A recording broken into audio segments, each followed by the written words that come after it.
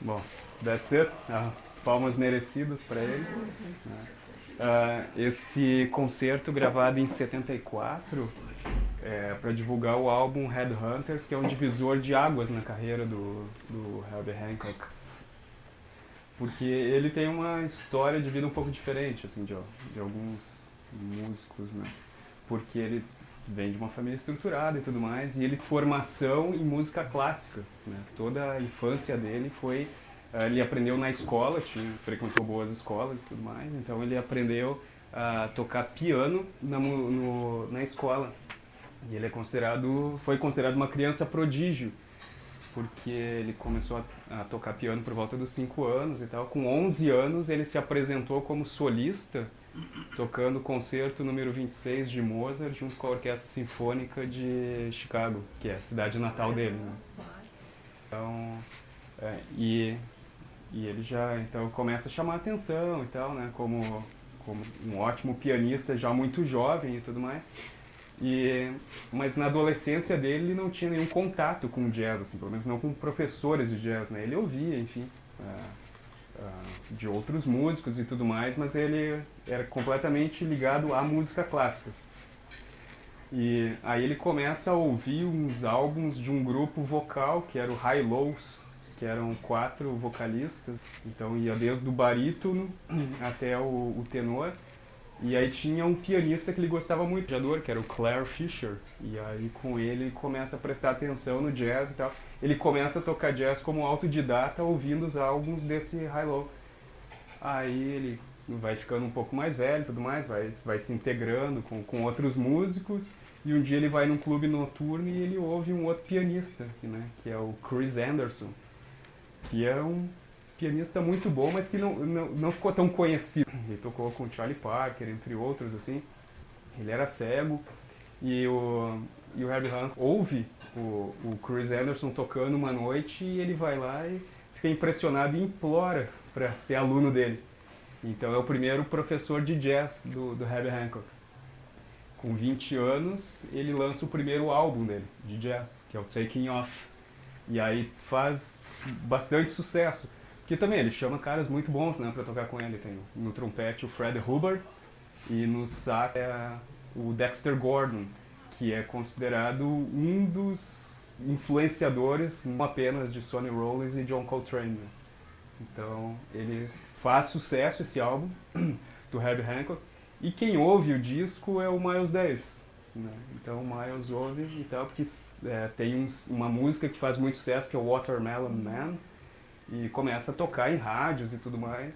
E o Miles está numa fase de transição, porque o quinteto deles tinha se desfeito, o quinteto que tinha o Coltrane, que tinha o Wynton Kelly no piano, o Paul Chambers, se desfaz e ele está formando uma nova banda. Então ele já tem o baterista, que era muito jovem, que era o Tony Williams, tinha 17 anos, e o Miles diz, Tony, vai lá e fala com outro guri, né, que um tinha 20 anos, o outro tinha 17, o Miles já era mais velho.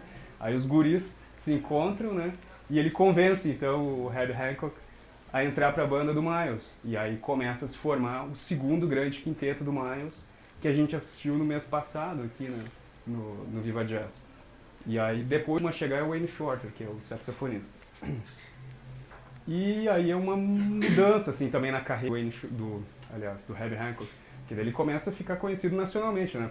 Porque ele tocava na banda do Miles, que era o artista que mais vendia álbuns naquela época, né? Então a fama dele começa a crescer e ele começa a usar elementos de música clássica que não eram comuns no jazz, né? Tem um que é a quarta harmônica que ele toca, que às vezes aparece até, se prestar atenção no teclado, né? Que ele faz dando um intervalo de 4 notas, assim, nessa execução no teclado. Ele começa a usar a influência de Ravel, de Debussy também, no grupo com o Miles, né? Mas até aí só música acústica, né? Aí ao final dos anos 60, o Miles começa a ver que quem ganha dinheiro mesmo são os músicos de rock and roll, de pop, enfim, e aí ele começa a querer colocar música eletrônica na banda. E o Herbie Hancock fica meio, assim, de orelha em pé e não quer, né? Eles, meu negócio é piano acústico, né? E o Miles começa a convencer ele, vai conversando, vai conversando. E aí eles fazem as primeiras experimentações, então, com instrumentos eletrônicos. E ele adora. Mas eles rompem também, né? Porque o Miles, ele resolve fazer uma outra banda, então, e de cabeça no fusion, no jazz rock, e desfaz o segundo grande quinteto dele. Mas ainda assim o Herbie Hancock vai tocar em 3 álbuns depois do Miles, que ele é convidado. Aí já com outros pianistas também, tem o Chick Corea. E aí o Miles ia chamando todo mundo que era muito bom, ele ia fazer uma salada lá e tocava nos álbuns dele. Mas o Herbie Hancock então começa a ouvir música eletrônica, né? Ele então se interessa por sintetizador, por piano eletrônico e órgão, e ele começa a colecionar instrumentos. Então ele tem um outro instrumento que ele toca que é o guitar, não sei o nome em português, que parece um teclado em formato de guitarra. Então tem as teclas e ele toca. Então, eu conheço como guitar, talvez tenha um outro nome em português, mas eu não conheço. E aí ele começa a colocar tudo isso nos álbuns dele. Mas são álbuns de avant-garde entre o final dos anos 60 e início dos anos 70. E as pessoas não entendem muito bem. Ele se sente muito feliz artisticamente com os álbuns, mas não vende. Não vende muito bem, assim que a gravadora queria, né? Aí ele tem que dar uma mudança de rumo, então, na carreira. E ele forma uma nova banda, que vai ser The Headhunters, que dá um nome ao álbum, e é o nome dessa banda que toca aqui com ele. Aí ele começa a misturar, então, influência de funk, de rhythm and blues. Tem a segunda música, que é o Sly, tem influência de reggae também, né? Então ele começa a misturar tudo dentro do caldeirão dele com jazz, e aí estoura, né? Tem aquela música, essa última que ele toca, Chameleon, tem Watermelon gravada nesse álbum, e o disco faz muito sucesso, né? Então a carreira dele é alavancada de novo. Ainda que muitos críticos e fãs de jazz vão dizer, não, esse cara aí se vendeu, né? Então, mas ele segue tocando o que ele quer. E aí nos anos 70 também ele segue com essa música eletrônica, mas ele começa a tocar música acústica também com um grupo que não é novo, mas o nome sim, que é o VSOP. Na verdade é a antiga banda do Miles sem o Miles, né? Então tá lá o Tony Williams, o Ron Carter, o Wayne Shorter, e pro lugar do Miles, então ele chama o Fred Hubbard, que é o trompetista. Aí por muito tempo ficaram se falando que o quinteto do Miles ia retornar e tal, mas nunca retornou, né? Aí ele segue então com a música acústica, com esse grupo, e grava também a música eletrônica com The Headhunters. E aí a partir então dos anos 70 fazendo isso, e nos anos 80 ele começa a compor ainda mais para trilhas sonoras que ele já fazia. E aí até se destaca a trilha de um filme que foi lançado em 86, que se chama Por Volta da Meia-Noite, que para mim é o melhor filme de jazz que existe, que o personagem principal é interpretado por esse músico que eu já falei antes, que é o Dexter Gordon. Primeira vez que ele atua, e ele concorreu ao Oscar como melhor ator, né? E a trilha sonora toda pelo Herbie Hancock. E ele atua no filme também, ele faz o pianista da banda e tal, do Clube Noturno lá em Paris. Esse filme, na verdade, ele é baseado, todo o roteiro é baseado num livro que se chama Dance of Infidels, que é baseado na vida do Bud Powell. Mas daí eles fazem uma mistura ali e tal no roteiro do filme, então é baseado tanto no Lester Young quanto no Bud Powell. E a trilha desse filme ganhou o Oscar, né? A trilha do Herbie Hancock. E aí ele começa a tocar muita música pop, assim, né? Pra ganhar dinheiro mesmo, né? E vai fazendo sucesso e tal. Os críticos de jazz torcem o nariz, mas ele também tem as bandas acústicas dele, porque daí ele volta e meia eles reunia com o Ron Carter e com o Tony Williams, e aí misturando com outros músicos, e vai seguindo a carreira dele, né? Daí nos anos 90, ele vai quase que inteiramente para música eletrônica, vai fazendo álbum de música pop, chamando artistas pop, né? quem colabora com ele também é o Quincy Jones, enfim, que é um dos grandes arranjadores, que foi quem trabalhou bastante com Michael Jackson também. E aí volta e meia ele volta para música acústica e assim ele vai. E essa é a tônica da carreira dele até hoje, né? Hoje ele está com 75 anos, em abril desse ano. Um dos últimos grandes sucessos dele foi lançado em 2007, que é um tributo a Joni Mitchell, só com composições dela, enfim, músicas do repertório dela, que ganhou o Grammy de melhor álbum do ano. E recém é a segunda vez que um álbum de jazz ganha essa premiação. Né? Engraçado até que o primeiro foi Getz Gilberto e depois Herbie Hancock com esse disco da... E é curioso pensar que existem tantos bons álbuns de jazz e se a gente for pensar, o Hancock é um álbum pop, na minha opinião. Tem participação de cantores pop e tudo mais. Pro meu gosto pessoal, eu não gostei muito do álbum. E o Getz Gilberto, que é um grande álbum, na verdade, é mais um álbum de bossa nova, né, do que jazz. Né?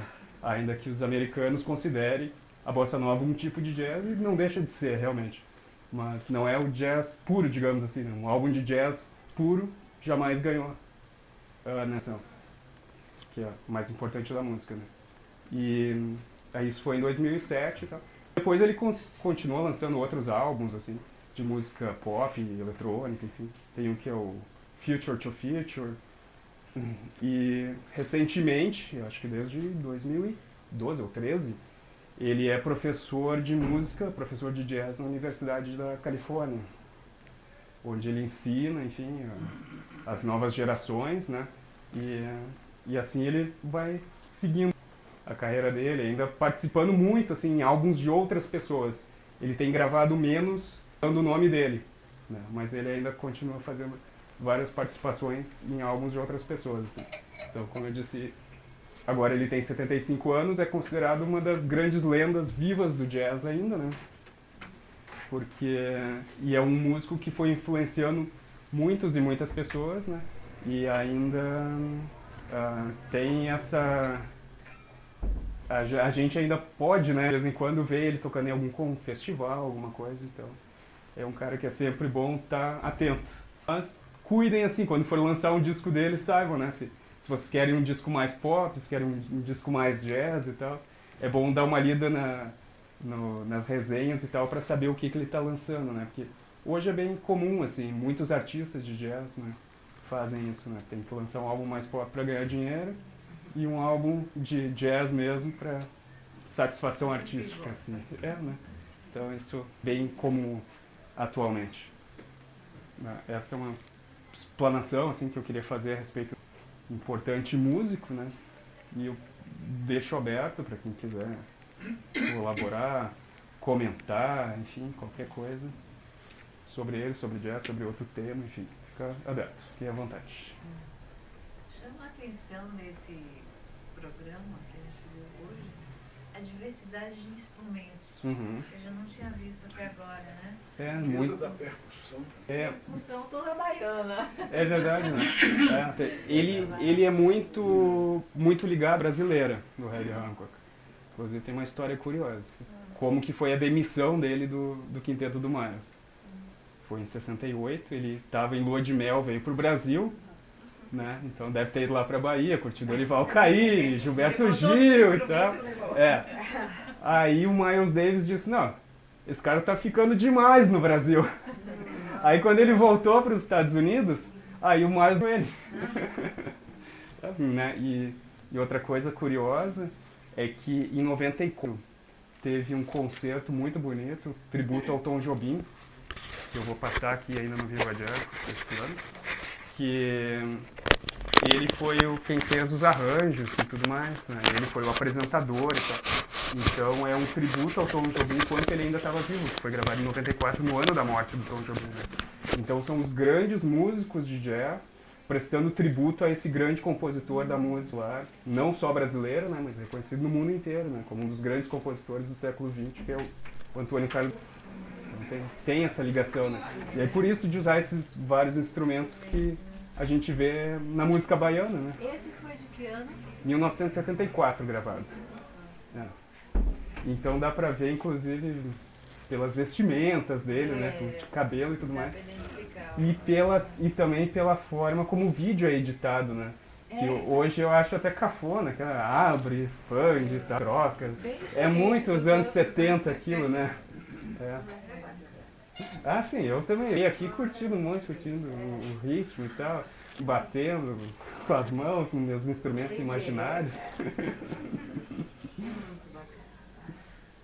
E também, não sei, me chama a atenção que o jazz, ele tem assim, digamos assim, uma apresentação musical mais longa. Mas esse foi o mais longo de todos os que a gente viu de uma música, né? Então, talvez dê a impressão que tem muitas composições que tem de 15 minutos por aí. Emenda, Sim, é claro que ele emendou. Aqui foram 5 canções, né? Em cerca de 1 hora. Esse álbum que ele estava lançando, que era o Headhunters, tem 4 canções só. Então tem canções de 15 minutos, 20 minutos. Mas tem outros compositores de jazz que fazem músicas mais longas ainda. Mas dos que a gente andou vendo aqui, esse foi o mais longo. Eu achei. Acredito que esteja certo. Acho que sim. E é uma tendência do jazz a partir dos anos 60 também. Porque o jazz estava libertado daquele recurso de gravação dos discos de goma laca, né? Antes do LP ainda, né? De 78 rotações. Tinha 3 minutos, né? Então tinha que fazer canções muito curtas. Depois se liberou, né? Então as canções podiam ir até mais de 40 minutos, se fosse o caso, né? Depois com CD mais ainda, né? O jazz foi mudando com a chegada da tecnologia também, né? Aqui a gente vê pelos próprios instrumentos, né? O baixo não é mais acústico, o baixo elétrico, né? Então, quase todos os instrumentos ali a bateria que continua sendo acústica, enfim, né? O saxelo ou o sax tenor que ele toca, enfim, tem que ser microfonado, mas todos os outros são eletrônicos, né?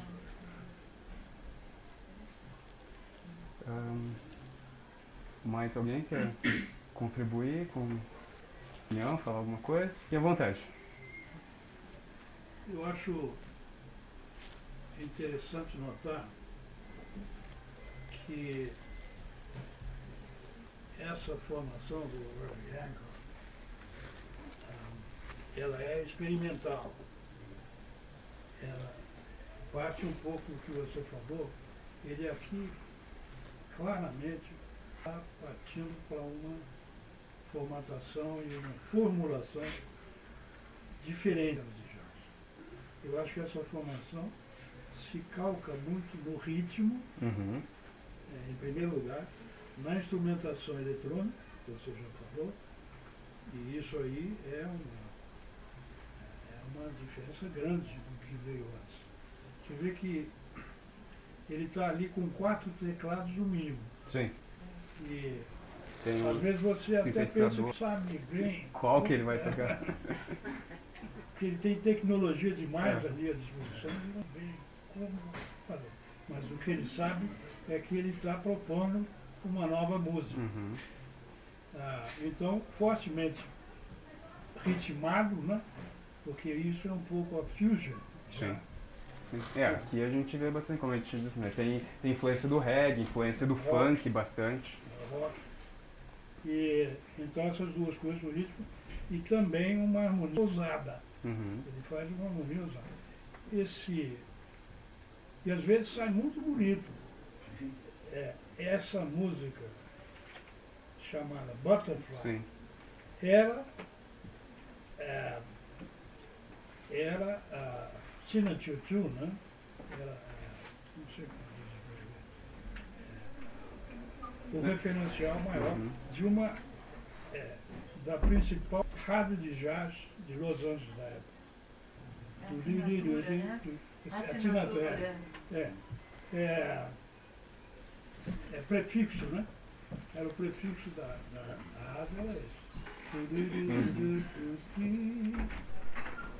Então, realmente o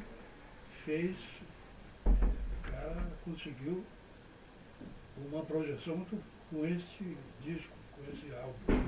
inclusive o Herbie Hancock muitas vezes aparece em trilhas de filmes e eles sabem que são composições dele, né?